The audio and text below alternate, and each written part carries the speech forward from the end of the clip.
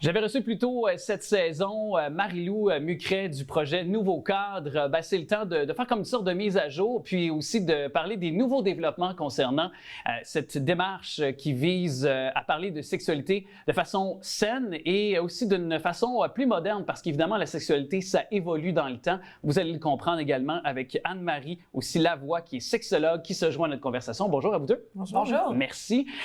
Marie-Lou, bien sûr, je rappelle que tu es fondatrice et aussi directrice générale de ce mouvement qui est Nouveau Cadre. Et justement, rappelle-nous ce que c'est Nouveau Cadre là, pour raviver ça à l'esprit des gens à l'écoute. Nouveau Cadre, c'est l'éducation sexuelle au primaire et au secondaire au moyen de l'art, donc par des courts-métrages de fiction, de la musique et aujourd'hui du théâtre, dont je vais te parler à la fin.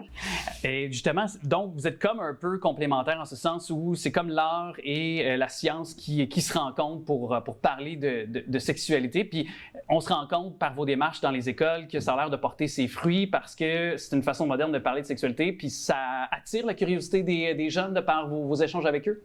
Oui, totalement. En fait, ça a été prouvé par les recherches que plus on utilise de médiums différents, plus les jeunes vont s'en souvenir. Plus ils sont dans l'action, plus ils participent. Donc, on a le moyen de l'art, les films, mais on utilise aussi des quiz. Fait qu'on fait vraiment interagir les jeunes avec nous. Puis ça fonctionne vraiment bien parce qu'il y a une bonne rétention, puis ils se souviennent de nous. Ouais. Bon, je le disais tantôt, la sexualité, ça évolue dans le temps. Peut-être que les parents qui sont à l'écoute présentement ont peut-être un certain souvenir de leur cours de FPS. Mais c'est vraiment ailleurs que vous allez, on le disait, par le court-métrage. Donc, le développement sexuel en soi, là, concrètement, pour une sexologue, comment on peut l'expliquer pour que les parents comprennent bien là, ce que vous faites quand vous allez dans les écoles? On avait parlé beaucoup au niveau secondaire, puis peut-être le valoriser là, sur le plan du primaire cette fois-ci. Le développement psychosexuel, ça commence dès la naissance, en fait. On voit le développement psychosexuel comme l'évolution de l'être humain, qu'on est des êtres sexués. Fait que c'est tout l'apprentissage. Puis, dans l'enfance, c'est l'apprentissage de son corps, d'apprendre à entrer en relation avec l'autre. Donc, au primaire, on va pas, faut pas le voir avec nos yeux d'adulte comme une sexualité fantasmée. Donc, c'est vraiment dans le développement personnel de les limites physiques les uns avec les autres, comment je me développe comme être humain. Fait qu'au primaire, on aborde ça vraiment de cette manière-là. Par exemple, pour les agressions sexuelles, on ne parlera pas d'agression sexuelle avec eux, on va parler de comportements acceptables et inacceptables. Donc, c'est vraiment dans cette thématique-là puis dans cet angle-là qu'on va y aller avec les enfants. Est-ce qu'on aborde peut-être, je comprends en des mots, un langage qu'ils comprennent, mais est-ce qu'on parle de consentement, par exemple? Est-ce que des gens les initient, par exemple, à ça, le consentement, c'est ce genre de truc-là? Oui, mais ce ne sera pas un consentement sexuel. L'exemple que je peux donner, c'est comme quand on apprend à faire du vélo. On n'embarque pas sur le vélo en haut d'une pente puis on y va en partant. On a des petits trous. C'est un peu le même concept. C'est qu'on va leur apprendre, mais d'une manière plus basique. Un peu le consentement, mais avec des amis. Juste le consentement à avoir des câlins. Donc là, on apprend à mettre ses limites, apprendre à dire non, puis apprendre à comment valoriser son corps un petit peu. Donc, on y va dans cet angle-là. Le consentement, mettons, juste avec ta mère par rapport à la salle de bain. Ouais. Si tu prends ta douche, qu'elle ouvre tout le temps les rideaux de douche pour te parler, puis toi, tu es en plein développement, tu n'as pas envie, mais tu as le droit de dire non. Oui, surtout fin du primaire, début du secondaire, notre corps souvent est en train de changer. On découvre son corps sur toutes ses facettes pour les jeunes filles, les jeunes aussi garçons. Puis vous avez été des témoins à certains moments, juste pour illustrer encore davantage les bienfaits, parce qu'on n'enlève rien aux professeurs qui peuvent enseigner de façon pédagogique, quelques rudiments, quelques trucs par rapport à la sexualité, mais vous, c'est parce que vous avez une écoute, une approche humaine. Je pense que c'est ce qui est un peu aussi d'une professionnelle en étant sexologue, donc tu connais bien le lexique ou comment le vulgariser. Mais il y a suite, je pense, à vos échanges, une jeune fille qui s'est ouverte. Oui, c'est ça. Puis les professeurs sont là, mais ils ne sont pas outillés. Moi, j'ai une formation pour ça. Puis il y a une jeune, justement, après un de nos ateliers, qui est venue faire un dévoilement d'une agression sexuelle qu'elle vivait de la part de son frère. C'était récent, mais elle n'en avait jamais parlé à personne. Donc, moi, comme professionnelle, j'ai des démarches à faire qu'on doit faire, mais le professeur me l'a dit après qu'il n'aurait pas été à l'aise nécessairement. Donc, notre manière d'intervenir avec les jeunes fait en sorte qu'ils se sentent quand même assez en confiance pour venir s'ouvrir, même si ça fait 1 heure qu'on les connaît puis qu'on les voit. Quand même, c'est fou. Et bon, il y a des courts-métrages qui ont été faits tout récemment. Là, vous les avez dévoilés, là, ça fait tout juste quelques semaines à peine. Puis, dont un sur l'après-balle. Puis s'il y a quelque chose qui présentement, elle est pas mal dans l'air du temps au moment de faire notre entretien. C'est justement les balles, les après-balles qui auront lieu pour les cohortes qui sont des finissants du secondaire. Et une, entre autres, sur la réduction de méfaits, je pense, parce qu'on peut y voir un lien là, avec le court-métrage de l'après-balle. Oui, en fait, notre approche, c'est un peu ça. Notre approche, que ce soit pour l'après-balle ou les autres thématiques, c'est qu'on n'est pas là pour être moralisatrice, on est là pour donner les outils pour qu'ils prennent des bonnes décisions.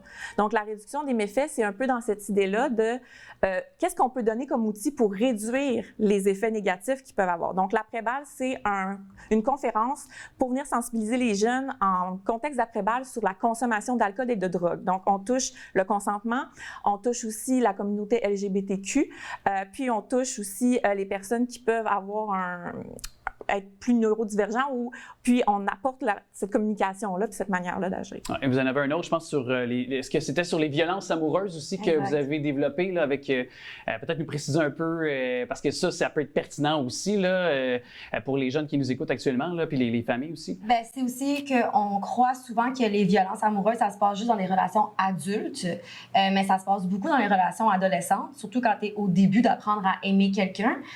Puis on croit dans l'imaginaire collectif que c'est juste se faire battre. Mais c'est beaucoup plus que ça et c'est très nuancé, les violences, puis c'est de rentrer dans un cycle. Puis le film leur apprend toutes les nuances en lien avec une relation amoureuse adolescente, puis l'atelier leur apprend le cycle de la violence amoureuse. Oui, c'est parce que ça peut être très pernicieux, on l'a dit, violence psychologique, il y a plusieurs manipulations, donc il y a plusieurs formes qui existent. Et là, quelle direction on prend? Parce que là, je sais que récemment, vous sortez d'une sorte de lac à l'épaule, donc qu'est-ce qu'on veut faire avec, où on veut amener nouveaux cadres là, dans les prochaines années ou peut-être même à la rentrée là, avec les jeunes là, dans les écoles, si je peux vous soulever la question, vous la lancer comme ça. Bien, Anne-Marie et moi, on est très créatives et on a beaucoup d'énergie et ça fait 3 ans. Ça paraît pas. Et ça fait 3 ans qu'Anne-Marie et moi, on travaille ensemble, on s'est rencontrés, on a beaucoup de plaisir. Mais Anne-Marie, elle a sa clinique, qui est la clinique Convergence, et moi, j'ai mon école et mon agence d'acteurs aussi. Puis là, il faut qu'on se concentre sur les objectifs principaux de Nouveau Cadre, qui est l'éducation sexuelle. Donc, on a beaucoup de films, on a beaucoup de projets, mais là, on doit trouver du financement, en fait, pour faire en sorte que la mission existe à plus d'écoles possibles dans le Québec. Parce que là, on est dans 4 écoles, mais d'ici les 3 prochaines années, on aimerait ça vraiment s'étendre le plus possible. Puis pour ça, on doit se focusser sur ce qu'on a déjà, puis arrêter de créer plein de choses. Mais on crée quand même un nouveau service. Ah, lequel? Tu l'as effleuré tantôt, le théâtre, c'est ça? Okay, de quelle façon ça va se déployer, ça? Comment vous l'avez imaginé? On s'est rendu compte que les films, c'est très intéressant, mais c'est figé dans le temps. Parce que ça évolue, on le disait, la sexualité évolue à un moment donné, donc il peut y avoir de nouveaux problèmes. Alors, ce qui est intéressant avec des pièces de théâtre, c'est que même si la pièce elle est écrite, à chaque fois, quand on la fait avec des jeunes, on va la créer avec les jeunes. C'est nous qui allons l'écrire, mais les jeunes vont aider après avec les dialogues, la musique qu'ils veulent, les vêtements qu'ils veulent.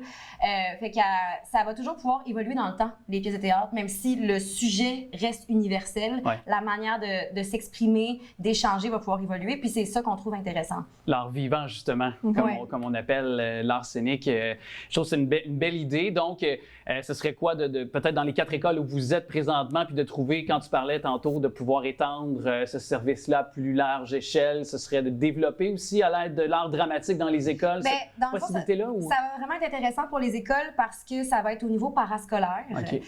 Donc, ils vont pouvoir utiliser la mesure 15-028 pour financer ça. Les écoles vont comprendre. Et puis, ensuite, à partir de là, on va avoir 8 cours sur 8 semaines. Puis, à la fin, on va faire une pièce de théâtre conférence. OK. Donc, veux-tu expliquer un peu? Oui, on a encore du temps. Ouais, nous, comme on l'a dit, on a beaucoup d'énergie, on est très dynamique. Donc, l'idée, c'est que la pièce de théâtre, à certains moments, va se figer. Et moi puis Marie-Lou, on va venir faire de l'éducation sexuelle sur ce qui se passe dans la pièce de théâtre. Si on prend une thématique des violences amoureuses, ça va se figer à un certain moment. On va faire l'éducation peut-être sur le consentement. Après, la pièce de théâtre va reprendre vie. Donc, ça va vraiment être ce style-là de conférence. Donc, c'est pas juste une pièce de théâtre, puis ça va être interactif avec les jeunes qui vont être dans la salle. Pour échanger, poser leurs questions. Exactement. Réagir en temps réel. Là. Dans le jargon du théâtre, ça s'appelle du théâtre forum. Oh. Ça existe, cette manière de faire-là. C'est juste que je pense pas que ça se fasse vraiment dans le milieu du secondaire pour des ateliers. Fait qu'on reprend ça.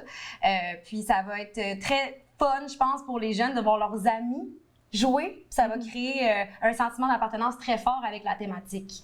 On vous souhaite que ça se développe très bien et j'espère que le ministère de l'Éducation va, parce que ce serait, j'imagine, souhaité d'être dans toutes les écoles puis d'être reconnu par le ministère de l'Éducation, parce que vous pourriez avoir justement ces bourses d'argent, ces subventions requises pour développer ce projet-là et plein d'autres aussi. Oui, oui, totalement.